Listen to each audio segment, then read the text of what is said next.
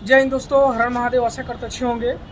जैसे कि पूरे बिहारवासियों को पता है कि 6 नवंबर को वोटिंग होने वाला है और 6 नवंबर से पहले तमाम जितने भी पार्टियां हैं बहुत ही ज़ोरों शोर से प्रसार में लगी हुई है। सभी पार्टियों ने अपना अपना मैनिफेस्टो निकाला है और बिहार के जितने भी जनता हैं उनको मैं तो कहूँगा कि कुछ काम लुभाने के लिए भी किया गया है। मैं ऐसा क्यों कर रहा हूँ, मैं थोड़ी देर में मेरी बातों को विशेष रूप से सुनिएगा तब पता चल जाएगा। देखिए सकते हैं अभी देखिए कि बहुत सारे नेता जो हैं कि बहुत जगह आकर रैली कर रहे हैं, बहुत सारी बातें बता रहे हैं, अच्छी बातें बोल रहे हैं। ऐसा सब बात कि जनता के प्रति हम आज ही काम कर देंगे, लेकिन असल जिंदगी तो कुछ और है। जब वही पब्लिक, कोई असहाय व्यक्ति जब किसी हॉस्पिटल में जाता है सरकारी ना, और उसको बेड नहीं मिलता है, रोता है, बिलखता है, तो अब तो आपको याद नहीं आती है।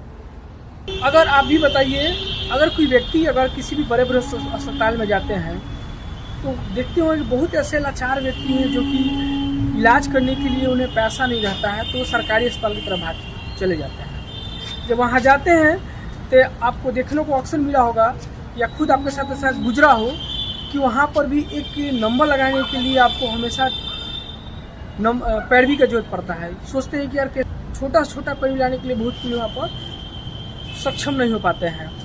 और बड़े बड़े जितने अस्पताल हैं वहाँ पर गरीबों की क्या स्थिति है, जाके देखिए। वहाँ पर ना लोग तरस रहे अपने पेशेंट जो इसकी इलाज कराते हैं सीढ़ी पर रहते हैं खड़ा वहाँ पर, और खड़ा रहने पर उनके पेशेंट को कोई भर्ती तक नहीं करता है, रो के बिलख जाते हैं। सोचते हैं कि भगवान कोई आके मेरे पास सहायता के लिए आ जाए। वो याद करते हैं कि शायद नेता जो रहा ना हमारा क्षेत्र है ना, उसको वोट दिले रही हम, और वो आके हमारा सहायता करो। कोई नहीं पूछने वाला है। आप तो यहाँ वोट लेके जी जाते हैं।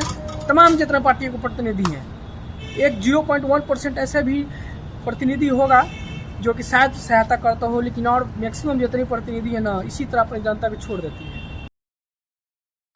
और इलेक्शन में ही आपको पूरा वैकेंसी क्यों आता है, ये भी बड़ी मुद्दा बात है।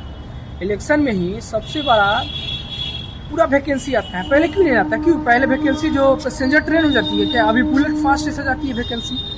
आप ही मानिए ना सर, अगर मान लीजिए किसी व्यक्ति का उम्र खत्म हो रहा है और आप समय से उसको वैकेंसी नहीं निकाल दे रहे हैं, वो नहीं फॉर्म भर पा रहा है, और वही वैकेंसी आप इलेक्शन के समय पूरा धक्का धक दे रहे हैं, तो क्या वो वैकेंसी में फॉर्म भर सकता है? नहीं भर सकता, क्योंकि उसका उम्र जो है लैप्स कर जाता है। और मैं तो यही तमाम जितने नेता हैं और जितने प्रतिनिधि हैं, जितने भी वहाँ के कार्यकर्ता हैं, सभी से मैं अनुरोध करना चाहता हूँ कि पहले तो आप जनता को विश्वास दिलाइए कि अगर आप किसी भी सरकारी अस्पताल में जाते हैं तो हमारा कार्यकर्ता, हमारा नेता आपके पास वहाँ खड़ा रहेगा।